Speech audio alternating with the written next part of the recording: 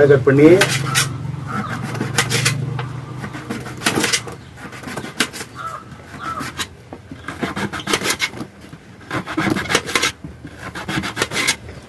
பொடிச்சு பொடிச்சா கட் பண்ணி எல்லாத்தையும் நார்லாம் எடுக்கணும்.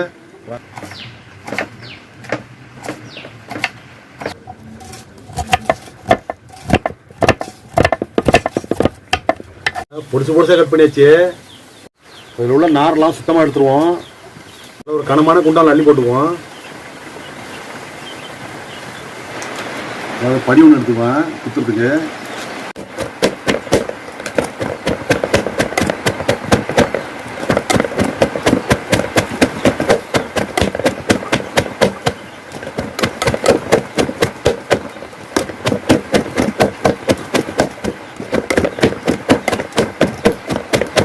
தண்ணி ஊற்றிக்குவோம்.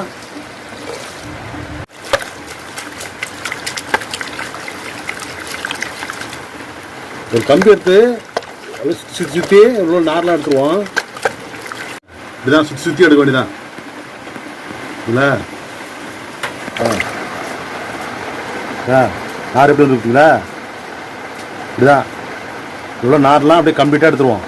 பாருங்க அப்படியே ஃபுல்லாக எடுத்துட வேண்டியதான் எல்லாத்தையும். எடுத்தாச்சு. தண்ணி வடிகட்டியே அள்ளி வச்சிங்க.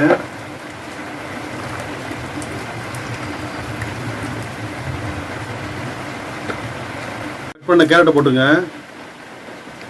ஒரு புடி நறுக்கின முட்டைக்கோசு போட்டுங்க. வெங்காயத்தை அரிக்கி போட்டுங்க. பச்சை மிளகாயை பொடிசா நறுக்கி போட்டுங்க. சோம்பு ஒரு டீஸ்பூன் போட்டுங்க. டீஸ்பூன் காரப்பொடி போட்டுங்க. பெருங்காயத்தை ஊற்றி விடுங்க. உப்பு தேவையான அளவுக்கு போட்டுங்க.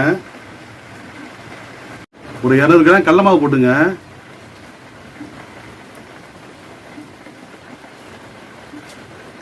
கொஞ்சம் பேர் காரப்பொடி போட்டுங்க.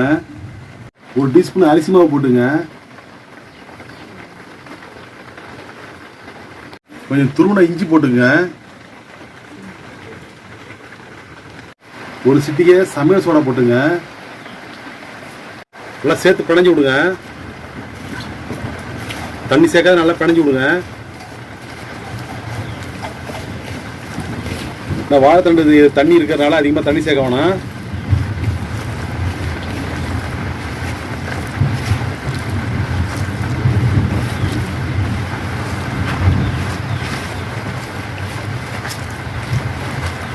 தண்ணி ஊற்றா நல்லா இப்படி பணிஞ்சிங்க.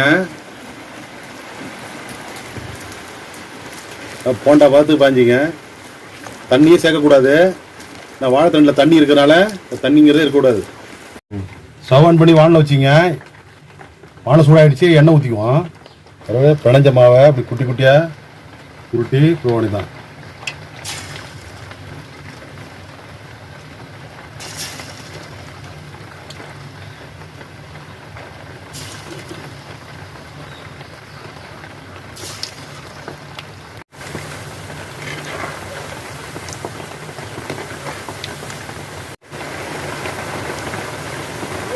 ஒரு 3 வேக விட்டு எல்லாத்தையும் பொரிச்சு எடுத்துக்குவோம். இது மாதிரி எல்லாத்தையும் பொரிச்சு எடுத்துக்குவோம்.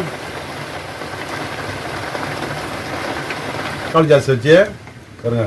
சூப்பராக சுவையான வாழைத்தண்டு போண்டா.